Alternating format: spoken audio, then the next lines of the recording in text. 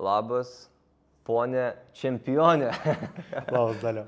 Atsiprašau, kad tai pradėjau oficialiai. Mes prieš pokalbį sakėm, kad pabandom atsipalaiduoti, įsipatoginti ir pakalbėti kaip įmanoma natūraliau. Gerai būtų be keiksmažodžių. Gerai. Jeigu tik galima, pasistengsiu. bet kokių po 5 minučių mes tą pamiršim ir prasidės mūsų normali kalba. Ir ieškojau, kaip tave pristatyti ir vienintelis žodis išprotėjęs man labiausiai patinka, bet iš tos geros pusės, žinai, kad, galiu sakyti, kad negatyviai, o aš noriu sakyti pozityviai. Kokiu reikia būti žmogumi savyje, kad galėtų bėgioti tiek daug kiekvieną dieną ir dar laimėti pasaulio čempionatą ne vieną kartą iš eilės, kuris trunka po parą, 24 valandas. Ponas Aleksandrai, papasakok. Tai šiaip koks skirtumas, čia tiesiog distancija skiriasi. Lengvos atletikos disciplinos, visur reikia dirbti, kiekvieną dieną padaryti treniruotės, tai tiesiog pas mane tos treniruotės ilgesnis galbūt ir lėtesnis. Ir viskas, tu bandai mėgautis bėgimu ir viskas, nes be meilės tam reikalui, be motyvacijos nieko nebus. Ir tas ėjimas iki varžybų man patinka, tas kelias nuo nulio, sakykime, iki aukščiausio piko tavo, ne karjeros, o būsenos organizmo. Tas kelias man labai patinka, kai kuriem aišku nepatinka, o man tas gyvenimas švilpiko diena, kai tu nuvažiuoji į stovyklą, tu tik tai mėgi, valgai, bėgi, valgai ir viskas, nieko nematai. Ir tokia rutina man visai patinka. Ir kai tu padarai, sakykime, 40-50 km per treniruotę, toks išsekęs ateini į viešbutį arba namelį ir tas jausmas labai geras iš tikrųjų, kad padarytas darbas, tu žinai, kad tas darbas duoda rezultatą ir viskas, tu patenkintas. Mažai reikia šiaip džiaugtis gyvenimu, tik tai malonumas, kad tu pabaigai treniruotis, nenumeriai kur nors pusiaukelį ir viskas gerai. Aš suprantu, kad tokiems atstumams reikia užaugti. Negali rytoj pradėjęs bėgioti dar po savaitės, kiekvieną dieną bėgti po 50 km. Bet vis tiek, kiekvieną dieną tiek daug laiko darai tą patį. Ar tau patinka ta monotonija? Ar tau patinka užsidaryti nuo pasaulio? Viskas viename tikriausiai, tu įvardėjai viską. Ta monotonija, tas bandymas gal, sakykime, savotiška meditacija. Ir iš tikrųjų, taip atrodo, kad labai daug laiko užima tas bėgimas. Iš tikrųjų, aš esu vyturėlis ir man tas pagrindinis darbas vyksta rytais. Aš atsikeliu kuo anksčiau. 5, sakykime, jeigu vasara, 5-6 galiu, kai prašviesėja saulė ir viskas, aš galiu išbėgti, nes visų pirma, aš mėgstu bėgti ant tuščio skrandžio, tai man nereikia pusryčiauti, nieko, tik išgeriu kavos ir išbėgu. O kiek ten, sakykime, 50 km užtrunka, sakykime, 3,5 valandos, tai 5 pradedi, 6 pradedi ir 9-10 jau baigi viskas. Tu kaip ir laisvas, tu pavalgai, pamėgi, dar antrą treniruotę, būna ir 3 treniruotė ir toks gyvenimas. Gerai, jeigu nėra reikalų, ypač gyveni kur nors Kenijoj, kaifas. Aišku, atsibosta ta monotonija, reikia keisti, pavyzdžiui, vietovės arba tu atvažiuoji, tu užsiprogramuoji savo smegenis, kad viskas čia mėnesį gyvensi, taip ir gyveni. Ir tu žiūri vieną gražią dieną, tu atsikeli, 3 savaitės praėjo. Atrodo, ką tik atvažiavau, taip. Ir kaip ir iš vienos pusės atrodo gaila laiko, iš kitos pusės, čia toks gyvenimas. Tau patinka būti sportininku? Jo, tikriausiai. Jo, man patinka tas gyvenimas toks sportininku. Labai daug, negaliu sakyti labai daug, bet dažnai ir nedažnai. Taip nutinka, kad sportininkai baigia anksčiau savo sportinės karjeras, dėl to, kad jiems nusibosta Viešbutis, treniruotė, jeigu stovykloje, namuose, ta tokia rutina, kur tu negali išeiti su draugais, tu negali švęsti taip, kaip nori galbūt švęsti, kad viskas yra, nemėgstu žodžiu paaukota, bet pakeista į sportą. Tai aš suprantu, kad tau tas dalykas, atvirkščiai, jis tave įžemina į sportą, tau jis patinka. Jo, tikriausiai ir toks amžius atėjo, kad tos tusovkės visos, biški, sakykime, atsibodo ir man reikia ramesnio gyvenimo, tai tas tokia rutina ir gerai man. Nes kažkokias tusovkės reikia važiuoti, aš esu dar intravertas toksai ir man patinka būti vienam. Nuvažiuoju į Keniją, jeigu gyveni vienas, kai aš dažniausiai darau, tu pastebi, kad tu nešnekini su nieko, tiesiog tu visą savaitę šnekėjai po keletą žodžių, tam pasakėjai, parduotuvėje pasakėjai kažką ir viskas. Labai įdomu, mes čia dviesi dabar sėdėm, prieš kameras kalbam, man labai, reikia mane dabar suprasti teisingai, man patiko COVID-as, kad aš galėjau namie sėdėti ir niekur neiti. Man labai patiko, aš taip gerai jaučiausi vienas tarp 4 sienų. Taip. Visas pasaulis ėjo iš proto, o aš taip ramiai kavutę gėriau, knygą skaičiau. Taip. Iš tikrųjų, pandemija, aš visą laiką sakydavau, kad mes prisiminsim visą gyvenimą tą laikotarpį, kad mes negalėjom vaikščioti kažkur išeiti į gatvės, bet buvo tokia ramybė. Jo. Ką tau asmeniškai reiškia būti pasaulio čempionu? Skamba tai įspūdingai?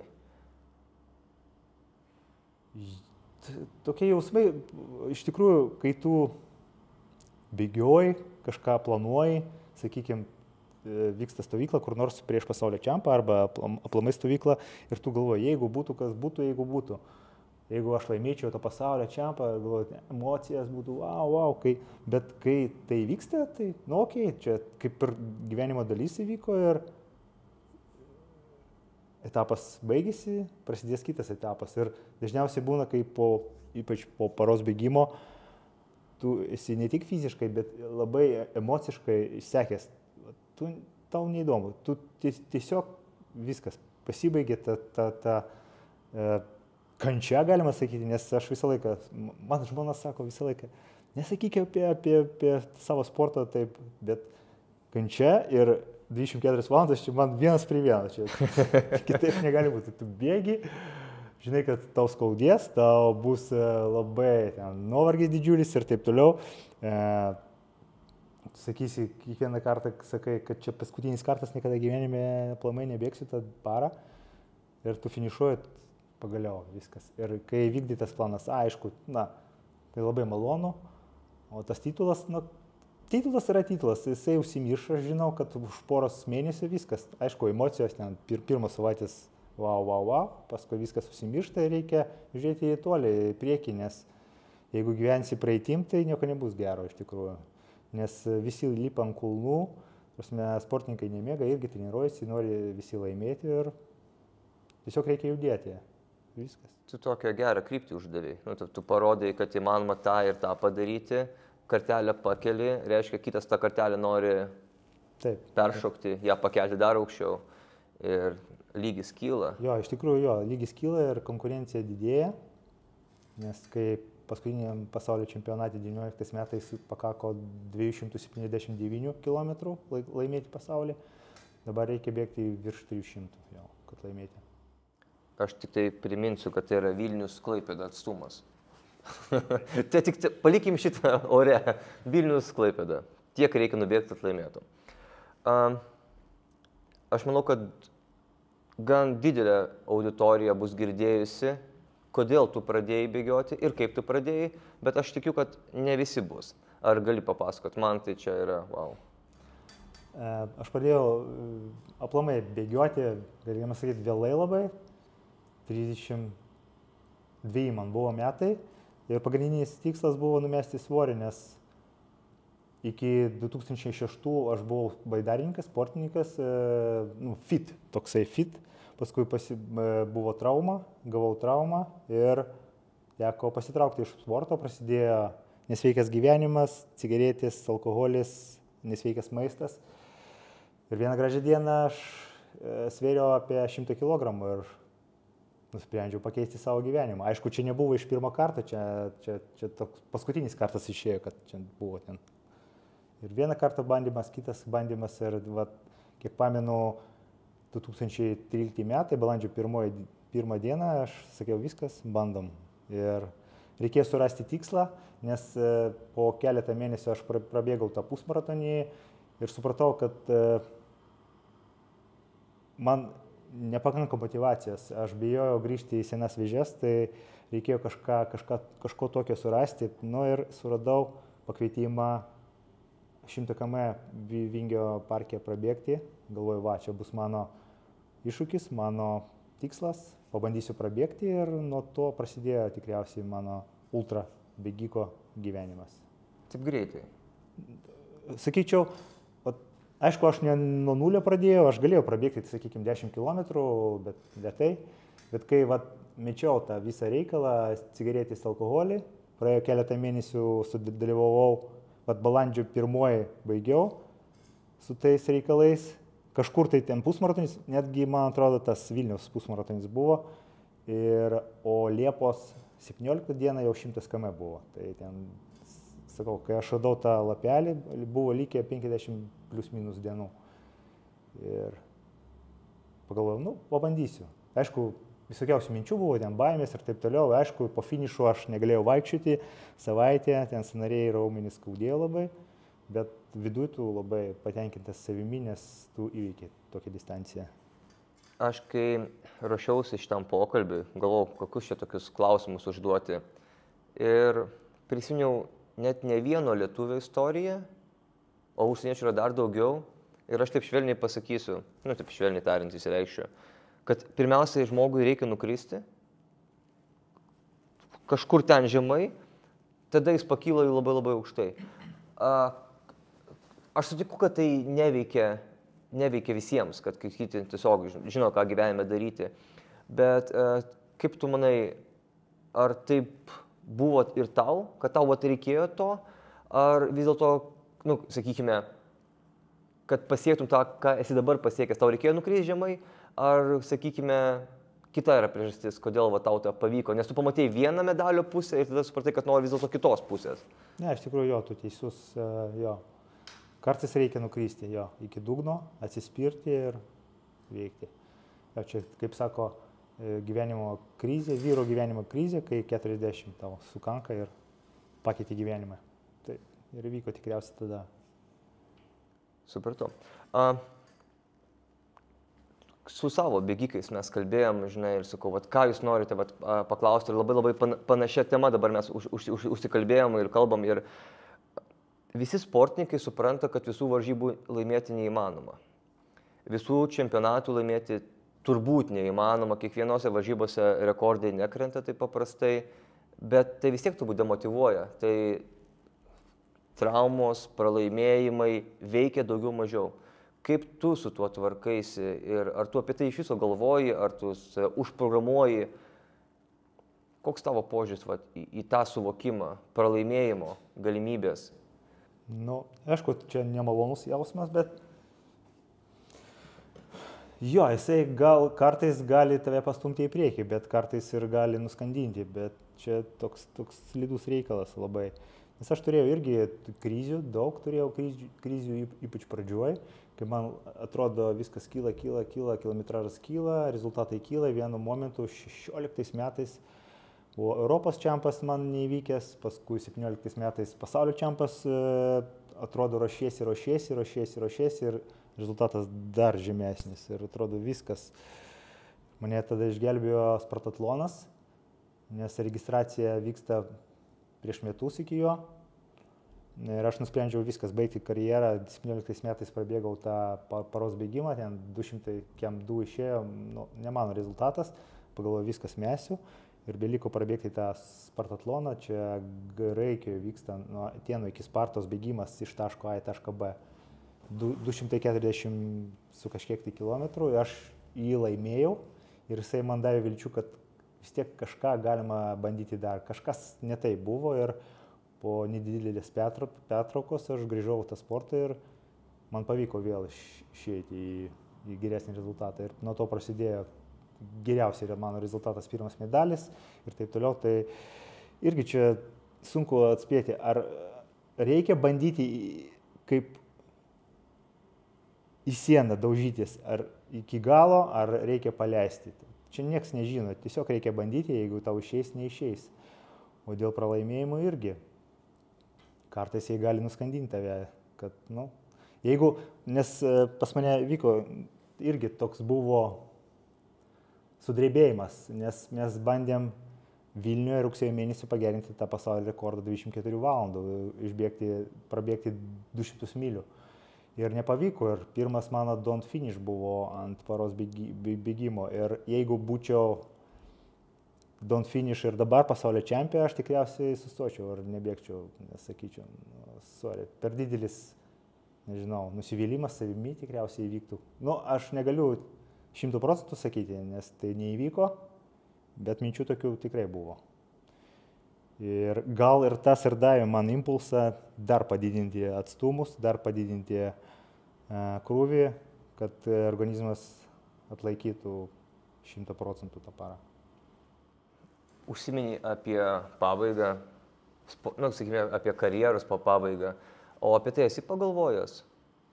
Pavyzdžiui, kaip norėtum užbaigti, ar tu tai pajusi, ar tai bus netikėta, nes, žinai, turbūt sunku sportą pabaigti.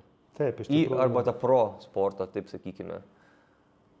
Taip, kartais ateina tokios mintis, ką aš daryčiau be sporto ir aš tikiu gal ženklais gyvenimo, aš nežinau, gal po truputį ateis kažkas kitas, kas mane motyvuos taip pat kaip sportas ir aš po truputį numesiu tą sportą ir perėsiu, sakykime, trenerio darbas arba dar kažkas.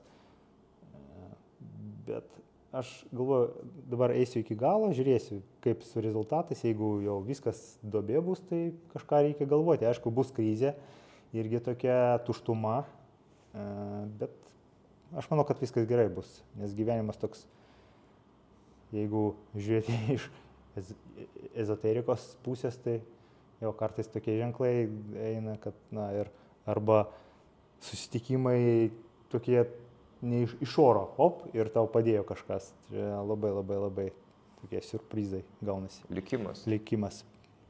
Tiki likimu? Manau, kad taip.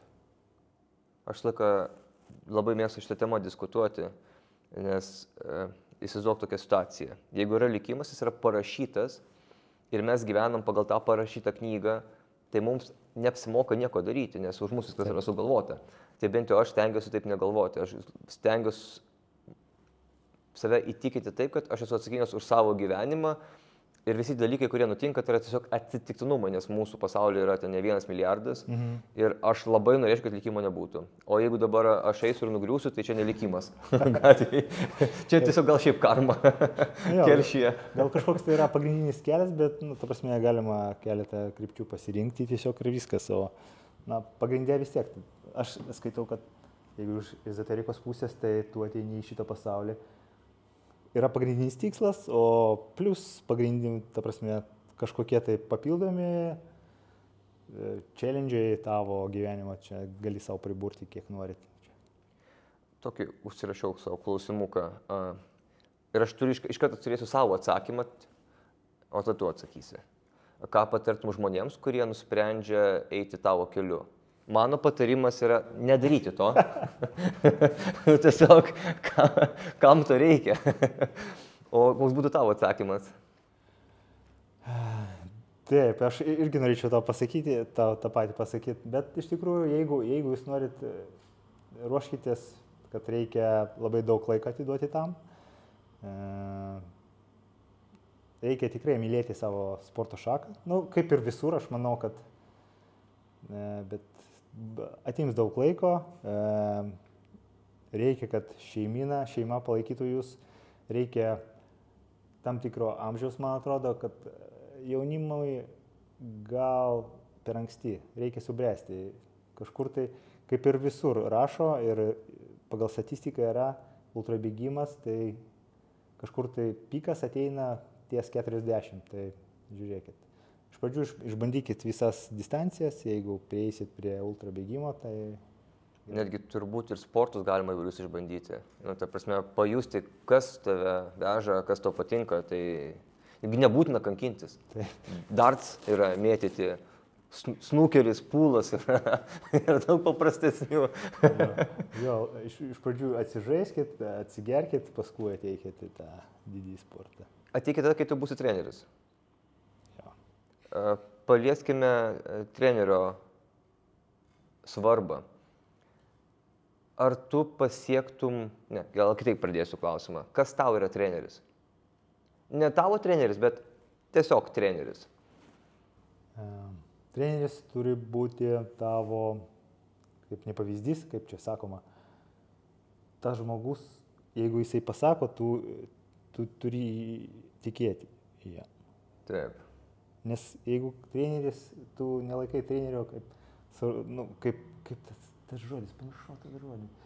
Kai tu jam, ar jis tau... Autoritetas? Autoritetas, jo. Jeigu nebus autoriteto, tu niekada nebūsi, ta prasme, tau treneris nieko nepasakys. Arba jisai sakys, tu sakys, čia nesąmonė. Kai tau esi autoritetas, tai ką jisai pasako, tu darai. Jeigu viskas gerai, tai bus sinergija tada. Ir iš tikrųjų, atsirado pas mane treneris 20 metais, kai pandemija prasidėjo. Ir iš tikrųjų, visų pirma, labai emocinis, mentalinis krūvis nueina ant trenerių pečių, nes, jeigu kaltas, tai treneris kaltas. Aš tai darydavau, ką jisai liepė ir viskas. Čia labai labai palengvina tą darbą. Kai tu esi vienas, tu nežinai, ar eini, ar neini, darai klaidas, nedarai klaidas, o čia pasitikė treneriu ir viskas, tu darai, ką jisai sako. Labai paprasta. Varžybas laimi sportininkas, arba sportininkai, arba komanda, varžybas pralaimi treneris. Taip. Ne visais atvejais, bet taip apibendrinus yra taip. Ką pakeitėt be psichologijos treneris tavo sporte? Jisai kartais duoda tokius krūvius, tokias treniruotės, kurias aš vienas gal nedarydavau. Kai ateina pikinė savaitė, aš galvoju, padarysiu taip ir taip. Nes pas mus yra irgi tokia demokratija vyksta. Nėra taip, kad jisai parašė planą, viskas, aš 100% laikausi. Iš tikrųjų, ne, aš galiu pakeisti tą, aš jam parašau, aš čia daugiau darysiu, čia šitą nedarysiu. Sakai, okay. Jisai pasiūlė savo programą dar kartą. Ir kartais būna tai, kai ateina pikinė forma, aš jau laukiu, dabar bus, atidarau tą programą.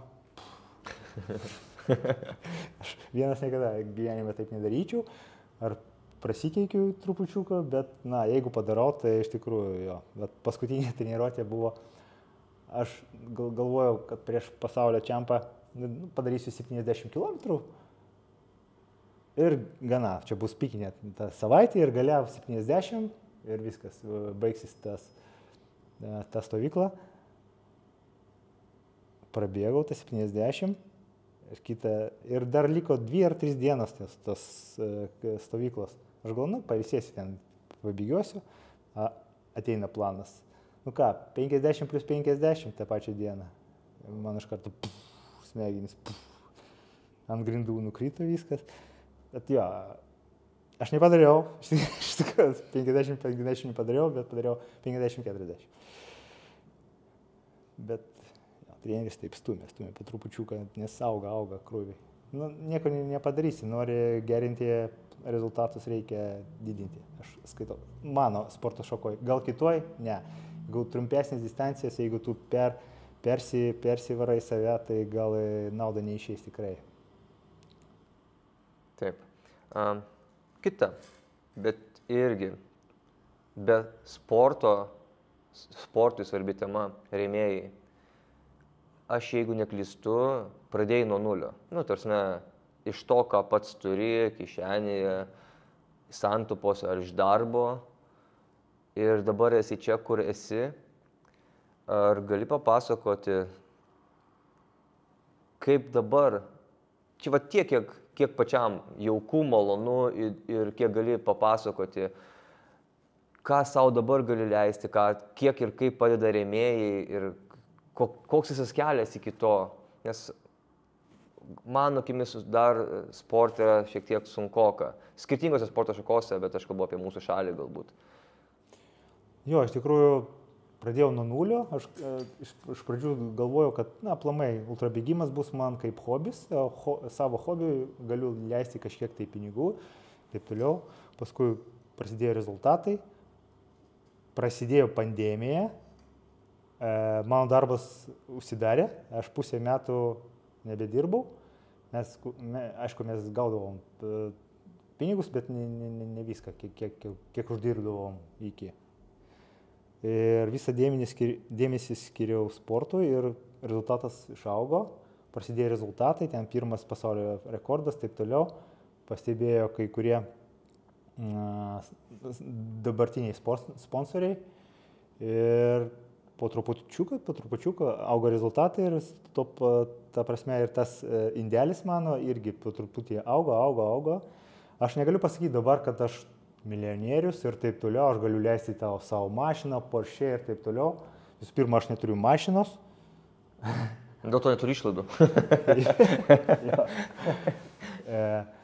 Antra, mano svajonė, kad mano žmona nebedirbtų, jinai iki šiol dirba, tai aš galiu sakyti, kad, ta prasme, jūs įsivaizduojat, kad aš negaliu išlaikyti žmonos kol kas, nes visų pirma daug išeina ant visų sporto stovyklų, sportbačių ir taip toliau. Bet jo, aš dabar jaučiuosi pakankamai laisvai, aš galiu savo leisti nueiti į parduotuvę, nupirkti ką aš noriu, nežiūrėdamas į kainas, bet aišku, visą laiką norisi daugiau. Normalu, nes tiesiog čia labai žmogiška ir aš kartais, žinoma, yra žmonių, kurie to galbūt nenori, apie tai negalvoja, tai čia irgi kitas dalykas, bet kai sąžininkai žmogus pasako, kad aš noriu pasiekti tą, nes noriu laisvės, tam tikrą prasme, aš noriu savo artimiesiams labiau padėti, tai kodėlgi ne?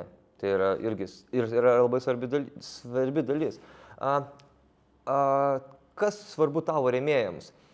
Mes šiek tiek šnektelėm vėlgi prieš pokalbį, prieš šios laidos įrašymą, kad įveščiau į rakursą.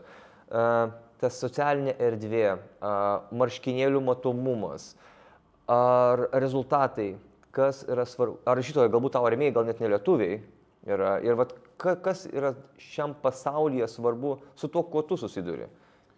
Na, iš tikrųjų, jo labai dabar svarbu turėti daug sekėjų socialinėse tinkluose, nes be jų tikrai mažiau tave žiūrės, kaip rėmėjai žiūrės tave.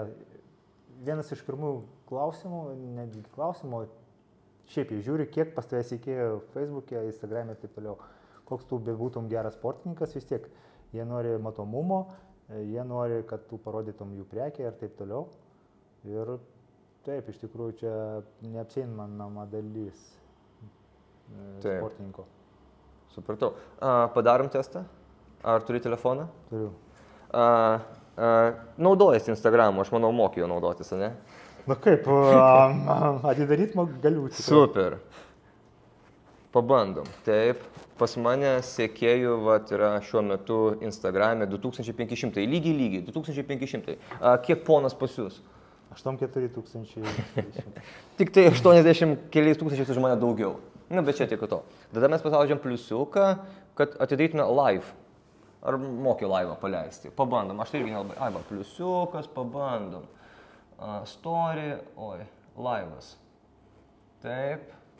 Ir mes dabar paspaudžiam abudu. Laivą. Ir mus to įjungs po 3, 2, 1 sekundės. Ir pažiūrim, kiek mūsų žmonių žiūrės per porą minučių. Ir po kol kas nieko, pas tave po kol kas aš nežinau. Ir gerai, mes galime taip pasilaikyti ir mes paskui pažiūrėsim. Ir jeigu mūsų kažkas pradės žiūrėti, mes paprašysim, kad mums užduotų porą klausimų. Jau tave žiūri, mane irgi žiūri, man mojuoja. Žiūrėk, mes irgi galim pamojuoti, kad čia iš tikrųjų vyksta tokios lažybos. Mes su Aleksandru bandome pažiūrėti, pas jį 84 000, pas jį 84 000. Pas mane 2 ir mes norim pažiūrėti, kiek mūsų žmonių žiūri. Mane žiūri 10, tave jau 170, pas tave eina širdutės, man rodo vidurinį pirštą, blemba. ir žiūrėk, žiūrėk, iš Izraelio siunčia širdutės. Ir žiūrėkite, kas mane seka 8 žmonės, fantastika. Pabandykite užduoti klausimą man ir Aleksandrui ir mes jums pažadam atsakyti. You can write me question. I try to answer. Yeah, it's almost live. We just do interview just for fun and you can write. Taip, ir ten jau pas 1000, pas mane 10, bet nieko tokio. Ir žiūrėk, tik mes pabūkim dar šiek tiek live. Ir žiūrėk, aš turiu klausimą, ar žmonės tau rašo per Instagramą, per Facebooką, jeigu rašo, ką tavęs klausia, ko tavęs prašo, pagalbos, reklamos, treniravimo. Dažniausiai patarimų bėgimo prašo, iš Indijos labai daug, jos prašo rašyti planus. Iš Indijos? Indija, labai daug, iš tikrųjų kažkodėl nežinau. Wow. Stipru. Jo patarimai, bėgimas, kartais prašo nusiųsti parašą nuotraukų arba maikutės, arba batelių prašė. Taip, yra kažkoks. Ką rašo, aš matau. Welcome to Sweden 24 hours, no Spanish, sorry. Are you human? Yes. Va, turbūt geriausias klausimas, kurį galima buvo užduoti. Marathon PB 2:26. O, koks tavo marathon? Kiek turi maratoną? Man labai gėda, aš savo uždarau, nes man tikrai labai gėda prieš tave, nes tu mane ten daužai 1000. Ačiū, kas prisijungėte. End video.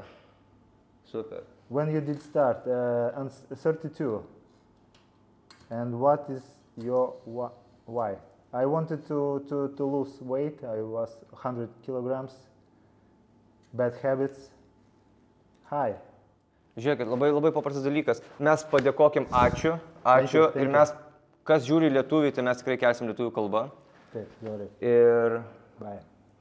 Čia laivą reikia išjungti. Jo, X-ukas, bam, išjungiam, end, super. Viskas, Discord media. Taip. Kad nesirašyta, ne? Taip, super. Esi populiarus. Eina savo, aš nežinau, kad taip gali. Žiūrėk, tu per minutę sulauki kokio 100 klausimų, ne 100, ten kokių 50 klausimų per vieną minutę. Ir kai mes kalbėjom, ką tu gali daryti po, arba ką planuoji daryti, ir tu dar šiek tiek užsiminė apie savo, ir kad trenerio galbūt darbo karjerą, ir sakykime, ką reiškia sportininkų social media, tai reiškia labai daug. Tai parodo, aš ir galbūt jaunimo noriu paaiškinti, kad, žiūrėkite, paskui iš to tu gali lipdytis gyvenimą. Ir čia yra fantastika, nes tai yra ne tik nauda tau, tu gali duoti labai daug naudos kitiems žmonėms. Tu daug dalykų praėjai ir žinai, kai žmogus turi savo patirtį, jis gali labai daug kokiais dalykais pasidalinti. Dėl to, pavyzdžiui, aš tikrai džiaugiuosi, kad pas tave sekėjų auga ir kad tu gali įkvėpti viso pasaulio žmonės. Tai wow. Man tai yra įspūdinga, žinai, mūsų lietuvių, tokie yra žmonės ir yra fantastiškas dalykas. Aš turiu, nežinau, gal sunkia tema, bet gal pabandom. Rusija ir Baltarusija olimpinėse žaidynėse. Asmeniškai, aš esu labai už taiką, aš aukoju Ukrainai kiek aš galiu, kiek mano leidžia visi dalykai. Man tikrai skaudu, kad kažkas žūsta, kažkas negali išvažiuoti iš šalies, kad kiekvieną dieną žūsta žmonės ir tokie dalykai. Ir dabar, nežinau, kuo šis kas pasibaigs, olimpinėse žaidynėse leidžia dalyvauti tų šalių atletams neutraliai, taip sakykime. Ir matau daug kalbų spaudoje, Facebook'e, sakykime, žmonių, kurie sako, kad lietuviai turi nedalyvauti, boikotuoti, taip? Kad, tiesiog mes nedalyvaukim su tais. Aš sutinku motyvus, kad, mes parodykim savo, sakykime, savo valią, parodykim ryžtą, kas mes, kokie mūsų įsitikinimai. Bet žinai, kai mūsų sportininkų važiuoja saujelė ir kiti, kaip ir tu, pradeda nuo nulio dirbti ir galiausiai pasiekia, ir gali būti, kad tai yra vienintelė galimybė, vienintelė olimpiada jų viso gyvenimo karjeroje ir atsisakyti. Aš manau, kad reikia šiek tiek ir tuos sportininkus suprasti. Gal galima kažkokį kitą žinutę sugalvoti. Ar nuvažiuoti ir nežinau, ar prastai sudalyvauti tyčia. Aš nežinau, aš neturiu atsakymą dar iki galo, bet man tikrai yra skaudu ir aš tikrai susinerimęs už tos žmonės, kurie galbūt tą gali prarasti šansą. Ne dėl savo visiškai kalties. Tai čia gal turėtų tokios šalies mastų atsakymą turėtume duoti, kaip mūsų sportininkam elgtis. Ar su kažkokiais plakatais, ar su žinutėm, ar sutarti kažkaip. Jo, labai sunkus atvejis, bet dėl sportininkų tikrai, kuris nuo nulio pradėjo, čia viso gyvenimo esmė jau buvo ir boikotuoti irgi čia toks klausimas labai labai sunkus. Nu, tiesiog, žinai, tu, sakykime, tu esi geroj formai, vos ne gyvenimo formai, jeigu tu laimėtum, atsirastų rėmėjai, atsirastų dar kažkas, tu gyvenimą gali susikurti. Reikia pripažinti, po kol kas Lietuvoje kiekvienam sportininkui iš dangaus pinigai nekrenta. Ir iš va tokios paprastos temos mes galim pagalvoti. Iš kitos pusės aš labai gerai suprantu. Blemba, įsitikimus irgi reikia turėti. Tai tokia skaudi tema ir aš šiek tiek, kai mes darėm prieš savaitę trumpą pokalbį, tu užsiminė apie tą ukrainietį. Gali gal papasakoti plačiau? Apie kuris laimėjo 3 vietą? Taip. Tai jo, jisai kariavo jau, kiek karas prasidėjo, jisai visų pirma kariavo apie metus, paskui gavo kažkur tai traumą, ar kulką netgi gavo, kažkur tai į petį, ar aš tiksliai nežinau. Ir jo, jisai, kaip sakoma, arba sutartis baigėsi, jisai jau nebekariauja, arba jį demobilizavo. Ir aš buvau apakęs, kai jisai pasiekė 3 vietos, nes aplamai jisai turėjo labai mažai laiko pasiruošti. Ir iš tikrųjų jisai labai yra stiprus bėgikas. Ir jisai 3 vietą užėmė. Eina savo, jisai man pasakojo, kad turėjo 3 mėnesius laisvus, reikia pasiruošti pasaulio čempionui. Ir pasiruošė ir prašau 3 vietą. Tik tai galvą nulenkti jam, ta prasme, tokie didvyriai, kad, Paskutinis klausimas ir praeisim prie kitokios, šiek tiek lengvesnės rubrikos, tokios labai atsipalaidavimų, taip, ko reikia tau po varžybų. Papasakok apie savo sportą. Vis dėlto, kaip tu manai, tai yra labiau fizinis sportas ar labiau psichologinis? Ko yra daugiau? Ar 50-50? Paprastai tariant, liaudiškai, lietuviškai, 50-50 lietuviškai taip, ar vis dėlto tai yra kažko daugiau, kažko mažiau, vis dėlto reikia. Nesakau, kad tai yra tiesiog tavo nuomonė iš tavo asmeninės perspektyvos. Sunkus klausimas irgi. Aš bandžiau skaičiuoti, kas daugiau. Iš tikrųjų, aš nemanau, kad čia mentalinis kažkoks tai turi būti didelis darbas. Visų pirma, tai tavo pasirinkimas. Tu pasirinkai šitį sportą, tu žinai, kad skaudės, kad bus nuovargis didžiulis, kad kojos nebeeis, nebebėgs. Na ir viskas. Antra, tu turi turėti labai didelę motyvaciją, kad bėgti tą parą, mylėti tą sporto šaką. Jeigu viską turi, tai mentališkai tu pasiruošęs tiesiog ir viskas. Aišku, aš žinau, kai kurie žmonės bando medituoti kažką, bet aš, pavyzdžiui, jokių pratimų mentalinių tikrai neturiu. Ką įvardėjau, tai ir turiu, ta prasme, motyvacija, čia mano pasirinkimas, aš žinau, kas skaudės ir taip toliau, tiesiog reikia fiziškai pasiruošti. Aišku, čia ne per vieną dieną ateina tas pasiruošimas, nes reikia palaipsniui didinti tos atstumus ir taip toliau, ir greitis atsiranda, sąlyginai greitis atsiranda tose bėgimuose. Ir aš manau, kad fiziškai, man asmeniškai, fiziškai tai yra 80, sakyčiau, procentų aplamai pasiruošimas. O jeigu būsi fiziškai pasiruošęs, tai mentališkai būsi stipresnis ir bėgsi tą parą. Manau, kad taip. Bet aš tada vis tiek turiu klausimą. Manęs neįtikinai. Varžybos. Paros varžybos. Tu išbėgi, po 15 minučių pažiūri laikrodį ir supranti, kad liko 23 valandos ir 45 minutės. Tu supranti? Ne taip. Ne taip skaičiuojasi. Visų pirma, aš pastebėjau, kad kaip yra.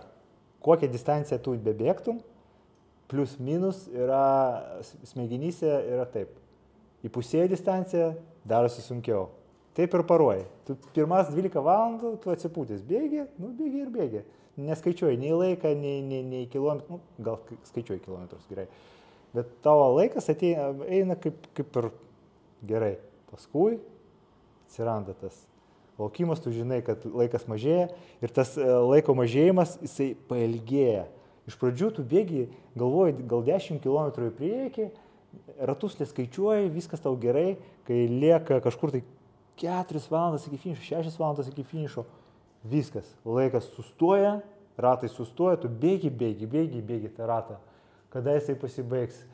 Iš pradžių tu galvoji, nu ką, čia 10 ratų, sakykime, buvo plius minus, kad 7 ratai valandą, nes buvo ratas lygiai 2 km, o gale, tu galvoji, Dieve, man 20 ratų dar plius minus iki finišų ir tu pradedi skaičiuoti 19, 18, po amžiaus laiko vėl 17. Ir laikas lėtėja, paskutiniai ratai, čia kiek kančia atrodo, va, ten posūkis, viskas, nu, va, tu bėgi į tų posūkį ir viskas, ir laikas dar sustoja. Tai va, ko norėjau pasakyti, pamiršau. Aš galiu padaryti, aš, žinok, apibendrinsiu. Žinok, tu nemotivavai nei vieno žmogaus, aš labai džiaugiuosi sportuoti, 24 valandų bėgimai ruoštis. Aš visą laiką sakydavau, kad man varžybos yra kančia. Didelė kančia, čia man kūnui, sielai egzaminas ir visų pirma nekenčiu tos paskutinės savaitės iki varžybų, kad prasideda tie nerimai, nepasitikėjimai savimi ir taip toliau, baimės, ateina startas, šūvis, viskas. 12 gal pirmą pusę, plius minus gerai, antrą pusę man kančia. Aš manau, kad labai daug žmonių, kurie individualiai sportuoja, tą patiria, kad paskutinė savaitės, paskutinė naktis yra, nu tikrai, tu jau esi ten. Visa esybė, visomis mintimis, mes kartais perdegam, mes savo varžybos padarome mintise naktį prieš ir tada geriau į varžybas gali net neiti, jeigu jau tas dalykas įvyko perdegimas, bet iš kitos pusės taip, visiems turbūt labai panašu. Ir gerai, pabandykime atsitraukti nuo sporto ir pažiūrėkime šiaip, kas tau įdomu ir kokie dalykai. Bus labai įvairūs klausimai, kurie man tiesiog šovė į galvą. Aš daug net apie tai negalvojau, tad visiškai žiūrėkite kaip į pokštą ir pažiūrėkim, ir gali sakyti trumpai, gali sakyti taip, ne? Gali papasakoti istoriją ar dar kokį velnę. Pirmas, ar eisi į politiką? Ne. Trumpas ar Bidenas? Ne, šiaip nesidomiu politikos, tai nežinau, kas geriau būtų, Trumpas ar Bidenas. Kiek girdėjau, tegul Bidenas. Įmam jį. Kas tave gazdina šiame pasaulyje? Daug dalykų. Iš tikrųjų, baimė. Tu norėjai trumpiau, bet trumpiau čia neišeisi. Galim ir valandą kalbėti, aš taip. Baimės supa mane. Visų pirma, baimė pralaimėti, baimė tas. Ir iš kitos pusės baimė čia yra gerai kartais. Kartais reikia bijoti, nes jinai stumia tave į priekį. Nes tu, jeigu bijai pralaimėti, tu ką darai? Daugiau treniruojasi, geriau treniruojasi. Bet iš kitos pusės, kaip tu sakai, perdegti irgi yra blogai. Norėčiau atsikratyti baimės, o ko aš bijau daugiausiai, tai čia pagrindiniai dalykai, kad karas neprasidėtų, pas mus neateitų, kad visi sveiki būtų. Čia pagrindiniai dalykai, o traumas negauti. Tokias būtinės. Jeigu karas, tai taip, tikrai gazdina, manau, ir turi gazdinti tokie dalykai. O tai natūralu. Kuo tu, kaip žmogus, žaviesi? Gėlėmis, dangumi, gyvenimu, sportu, savo... Aš žaviuosiu kai kurie žmonėmis, nes labai, iš tikrųjų jų yra labai mažai, nes yra pagrindinė mūsų masė, mes vartotojai, kai kurie tokie altruistai, kurie dirba ne dėl pinigų kažkokių tai arba šlovės ir taip toliau, jie tiesiog slapčiai, galima sakyti, padeda žmonėmis ir nenori to šlovės ir taip toliau, kad nieks nežinotų. Man taip lemba, kaip pamatai tokį žmogų, wow, kaip čia kitas lygis, visai kitas lygis. Aš manau, kad pas mus gyvenime tokių masė yra, ten, sakykime, 90% visų žmonių, 80% paskui eina sluoksnis aukštesnis, keletas žmonių tokių yra, kaip dievai, aš nežinau, kaip pusiau dievai, angelai. Taip. šiek tiek į tą pusę irgi gal aš tokią mintis laiką turėjau, kai kažką gero padarai. Nu, pavyzdžiui, nuėjai kraujo paukoti, taip. Ir aš laiką galvoju, ar reikia apie tai pasidalinti su tuo ar ne. Nes pirmas dalykas, tu gali pasirodyti kaip giriesi, kad važiuokit, koks aš esu fainas, koks aš geras. Antras dalykas, tu gali kažkam parodyti gerą kelią. Yes. Tai va čia tie žmonės, kurie tie yra angelai, sargai, kurie padeda, kartais aš sutinku, tai yra vau, kad jie to šlovės nenori to dėmesio pritraukti, bet kartais gal tai irgi turi šiek tiek tokią tą blogesnę pusę, kad jie neparodo gero pavyzdžio. Nors kas ten žino, jų sluoksniuose, jų bendrajame, gal tie žmonės, kuriems reikia žino. Bet čia tiesiog, žinai, toks čia mano pamastymas, bet taip, labai geras, aš tuo irgi žaviuosi, nes tai yra įspūdinga, nesavanaudiškumas, nes tai yra tokia reta savybė, labai reta savybė. Kas tau bendrai patinka mūsų šalyje, kas tau patinka Lietuvoje?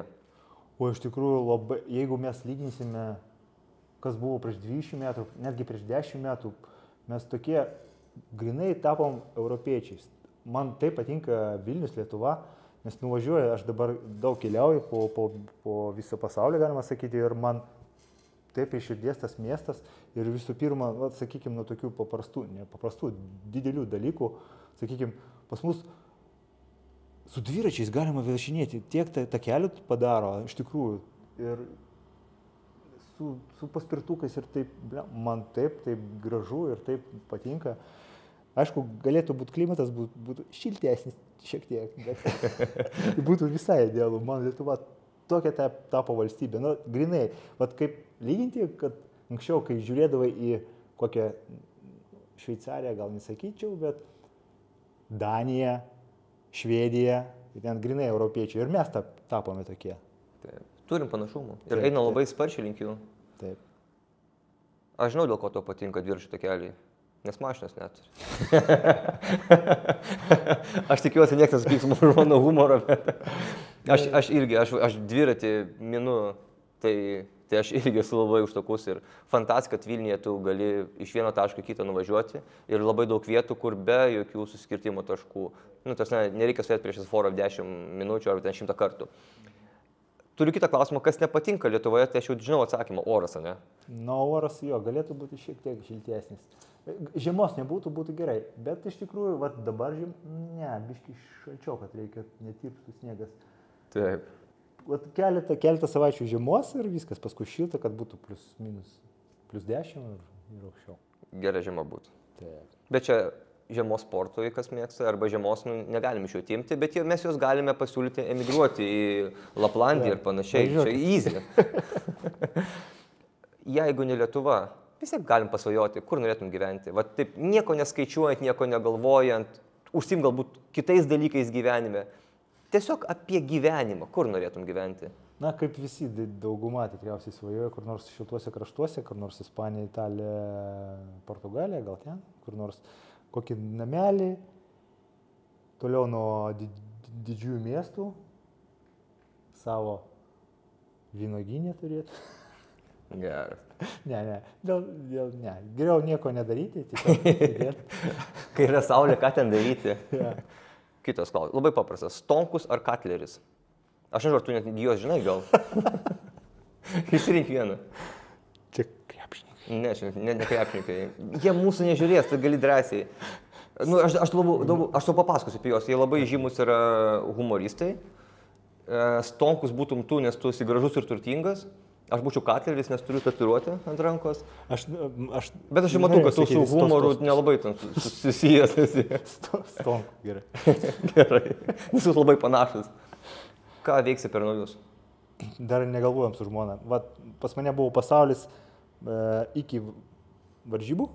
Paskui, ką aš veiksiu, man nerūpėjo tikrai. Ir aš dabar grįžau ir nes savaitė praėjo. Kažką reikia galvoti. Manau, pas svečius eisim tiesiog, pas pažįstamus, pas draugus. Vėl skaitau, viskas, jau reikia pabaiginėti mūsų pokalbį. Ar patinka Kenija? Taip, patinka, nes ten kitas pasaulis visų pirma, Afrika, kita pasaulėžiūra jų. Aišku, ten atsibosta gyventi, ypač mažuose miestuose, bet dėl sportinės prasmės, tai nelabai gerai, man patinka. Koks geriausias visų laikų serialas? Serialo nežiūriu, bet jeigu skaityti, kad koks nors Žvaigždžių karai serialas, tai būtų Žvaigždžių karai arba Hobbitas arba Harry Potteris, čia ne serialas. Bet į tą pusę. Į tą pusę, ne. O tokių ilgesnių, šiaip aš nežiūriu, man nepatinka, kad reikia laukti tos serijos kažkaip tai ilgai. Ir pas mane gyvenime video žaidimai ir tenais veiksmas greitesnis. Ir aš pradėjau žaisti žaidimus ir nuo to nežiūriu filmus visai, nes man jie tokie lėtai įsibėgėja ir taip toliau. Tu ateini, pažaidi, tave numušu, užmušu. Viskas. Įmuš įvartį. Emocijas gavai, viskas. Ar tau patinka pomidorų sultis? Taip. Kas geriau, kava ar arbata? Atsakysiu, kava. Ne. Kokie Lietuvos sportininkai tau patinka? Gal gali išvardinti arba pavardinti, o gal sporto šaka? Ne, visi bėgikai man patinka. Visi ten Remigijai visokiausi, Nerijus, Ignas, Vaida ir taip toliau. Savo daržas. Savo daržas, tikrai. Iš krepšininkų, aš prisipažinsiu, krepšinio aš nežiūriu. Aš žiūrėjau, kai 2000 metais, kai, nežinau, man ta karta patinka, nežinau. Aš gal išaugau iš to, tie visokiausi Saboniai, Marčiulioniai ir taip toliau. Ir dar jaunesnį kartą biškį. O iš užsienio? Turbūt irgi būtų bėgikai ar vis dėlto? Aš šiaip ir bėgikų tokių nežinau, kiek žinau, Boltas. Ponas Kipčiogė. Ponas Kipčiogė. Ja, ir taip toliau. Tokie pagrindiniai žvaigždės. O man slidininkai patinka, aš labai žiūrėjau anksčiau. Dabar irgi nežiūriu, Klebo dabar patinka, bet Klebo žvaigždė yra, taip. Bet man patikdavo senoji karta irgi. Björndalinas, visi šitie norvegai, švedai ir taip toliau, vokiečiai. Dėl Olės, aš irgi biatloną pradėjau žiūrėti, dėl Olės. Taip. Dviratininkai buvo Armstrongas, bet jisai trupučiuku... Biški susi su savo dalykais, negražiais. Išsirink visam gyvenimui, gali klausyti vieną muzikos sritį. Repas, rokas ar šansonai. Turbūt taip tarėsi, ne? Išsirink vieną visam gyvenimui. Rokas. Kalna ir jūra. Jūra. Ar sulauki kritikos? Taip, tikriausiai jo. Nes kuo daugiau sekėjų, tuo daugiau heiterių atsiranda. Tai kartais ir gaunu tų žinučių ir aš toks nepripratęs gal ir aš labai reaguoju, toks gal reikia pasimokyti trupučiuką, nekreipti dėmesio, bet kartais, jeigu jie pataiko į tokį tašką, tai man labai nemalonu iš tikrųjų būna, bet nieko nepadarysi, čia toks gyvenimas. Ir aš uždarau, dvi temos labai, jau gal šiek tiek rimtesnės ir vardas pavardė tavo ne visai lietuviški, ne visai, o tiesiog ir sakyk, augai Lietuvoje jau ne 20, ne 30 metų, taip. Ar kažką turėjai kažkokių, nežinau, problemų, nemalonumų, kad, nesi, aš negi bandžiau, pavyzdžiui, sugalvoti tau, jeigu tu būtum sulietuvinti tavo vardą ir pavardę, tai Aleksandras aš pakeičiau į Sanę, tai čia kaip Šarūnas, o Sorokinas tai būtų koks Sūris, tai, pavyzdžiui, galėtum būti Šarūnas Sūris. Tai ar tavo gyvenimas būtų, kaip tau pačiam atrodo, ar tavo gyvenimas būtų buvę kitokį, būtum Šarūnas Sūris? Ne, iš tikrųjų, iš šitos pusės kažkaip tai gyvenime nesu susidūręs kažkokiais tai nesąmonėmis. Kartais būdavo, kad po interviu kažkas parašydavo, bet čia po kiekvieno interviu aš matau, kad kažkas kažką parašo. Bet nieko negalėčiau pasakyti blogo, tikrai. Nesu sulaukęs kažkokių tai pašaipų ir taip toliau, kad pas tave nelietuviška pavardė ir vardas. Ne, tikrai. Pas mane trečioji karta jau gyvena Lietuvoje, tai aš skaičiuoju, aš grynas lietuvis, gimiau Vilniui. Ir daug lemia požiūris, kas va čia yra, kas tu čia esi, ko nori būti. Turbūt labai labai svarbus dalykas yra. Ir pabaigai paskutinis klausimėlis. Tai visgi ateities planai. Ką planuoji kitiem metam? Ar dar vis dėlto dar ant popieriaus nėra kažkokių? Dėl kitų metų nėra ant popieriaus grinai, bet pagrindinis jau taip eina, kad balandžio pabaigoje vėl bandysim daryti vėl 100 km Vilniuje. Dar ieškom trasos, gal ne Vilniuje darysim, gal Kaune, bet yra kažkokių tai variantų, jau atsiranda, nes Vilniuje pakankamai sunku surasti vietą, kur jinai būtų visai lygi. O dar sako Lietuva lygumų kraštas. At Kaune galima surasti. O Akropolis? Koridoriuje. Betono. Ne, aplink Akropolį šiaip plius minus, bet neuždarys parai. Narbuto kalną aukštyn žemyn. Aš tikrųjų naktį galima bėgti, kai uždaryta. Taip. Variantas. Tai žodžiu, 100. Jo, kitais metais bus pirmas pasaulio čempas kem 8 valandų. Ir treneris toksai jau namiokus meta, bet nežinau. Ir pas mane nepabaigti reikalai su 2-4 valandom, kol kas. Aš vis svajoju tą ribą pramušti 200 mylių, tai yra 322 km. Žiūrėsim, pavyks, nepavyks. Jeigu nepavyks, tapsiu treneriu ir ieškosiu po visą pasaulį, kas galėtų tai padaryti. Aš dar jaunas. Bėgiot moku. Gerai. Tik man po 15 minučių jau bus nuobodu. Ponas Aleksandrai, Sanė, Šarūnai.